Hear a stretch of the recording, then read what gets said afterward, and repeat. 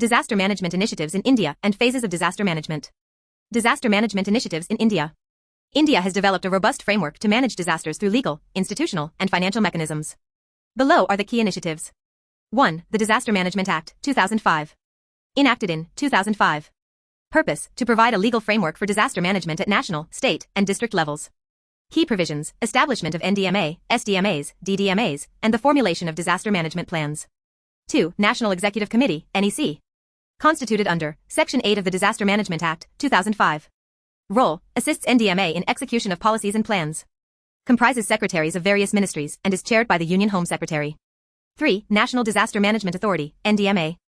Established in 2005 under the DM Act. Chairperson: Prime Minister of India. Functions: formulates policies, approves disaster management plans, coordinates response, and lays down guidelines for risk reduction. 4. State Disaster Management Authority, SDMA. Constituted under Section 14 of the DM Act, 2005. Chairperson: Chief Minister of the respective state. Functions: develop state-level disaster management plans and policies, and coordinate with district authorities. 5. State Executive Committee, SEC. Established under Section 20 of the DM Act, 2005. Role: assists SDMA in carrying out its functions, implements national and state-level plans, and manages emergency response. 6. District Disaster Management Authority, DDMA. Chairperson: District Collector/Deputy Commissioner.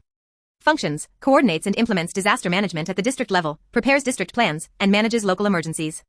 7. National Institute of Disaster Management, NIDM. Upgraded as NIDM in 2003, earlier known as National Center for Disaster Management. Function: provides training, capacity building, research, and documentation on disaster management. 8. National Disaster Response Force, NDRF. Formed in 2006 under Section 44 of the DM Act. Purpose: a specialized force for disaster response and rescue operations. Control: under the Ministry of Home Affairs. 9. National Disaster Response Fund, NDRF.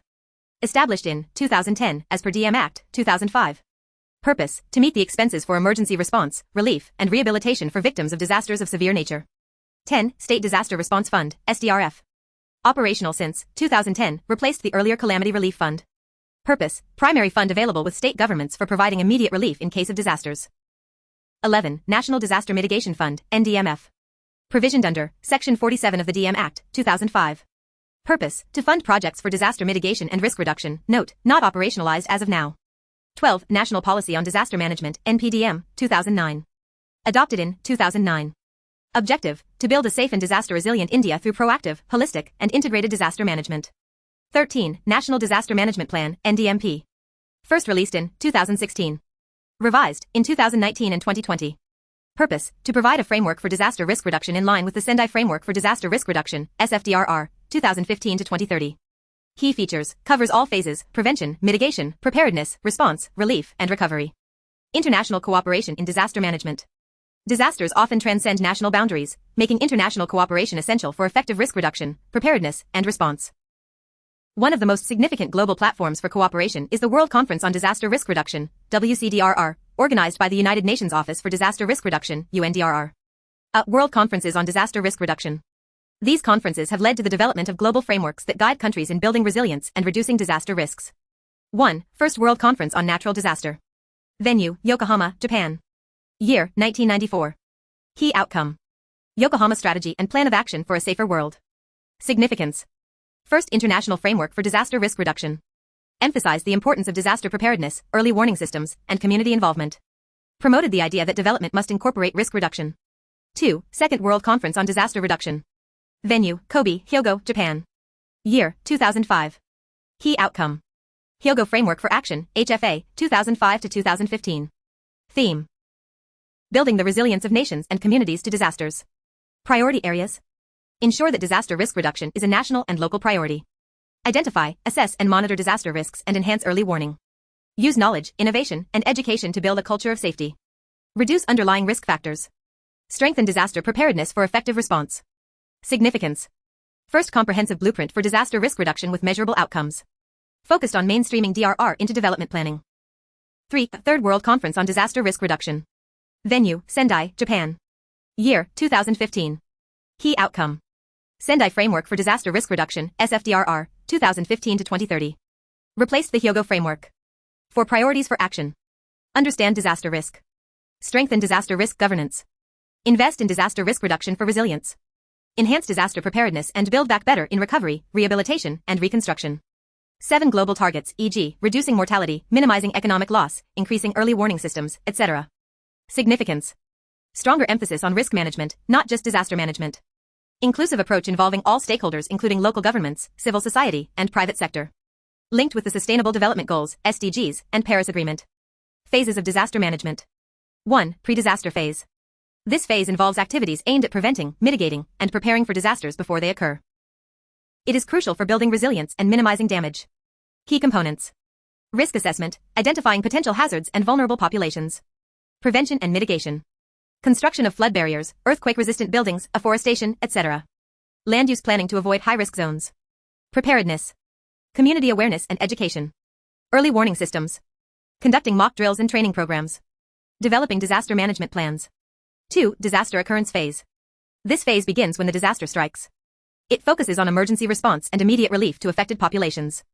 Key components. Emergency response. Search and rescue operations. Evacuation and shelter management. Providing first aid and emergency medical care. Coordination. Mobilization of emergency services, e.g., NDRF, local authorities, NGOs. Communication and logistics support. Resource allocation. Distribution of food, water, medicines, and other essential supplies. 3. Post-disaster phase, after disaster. This phase involves recovery, rehabilitation, and reconstruction. It also includes analyzing the response to improve future preparedness. Key components. Damage assessment. Estimating loss of life, property, and infrastructure. Relief and rehabilitation. Providing psychological support and livelihood assistance. Temporary housing and restoring essential services. Reconstruction and recovery. Rebuilding infrastructure with improved standards, build back better. Restoring normalcy in affected communities. Review and evaluation. Post-disaster analysis to learn lessons and revise disaster management plans accordingly. Role of social worker in disaster management. 1. Role of social worker in pre-disaster situation. In the pre-disaster phase, social workers focus on prevention, preparedness, and community awareness. Their primary aim is to reduce vulnerability and build the resilience of individuals and communities. Key roles. Community awareness and education. Conducting awareness campaigns about disaster risks and safety measures. Promoting disaster preparedness through posters, workshops, and street plays. Capacity building and training. Organizing training for first aid, evacuation drills, and early warning systems.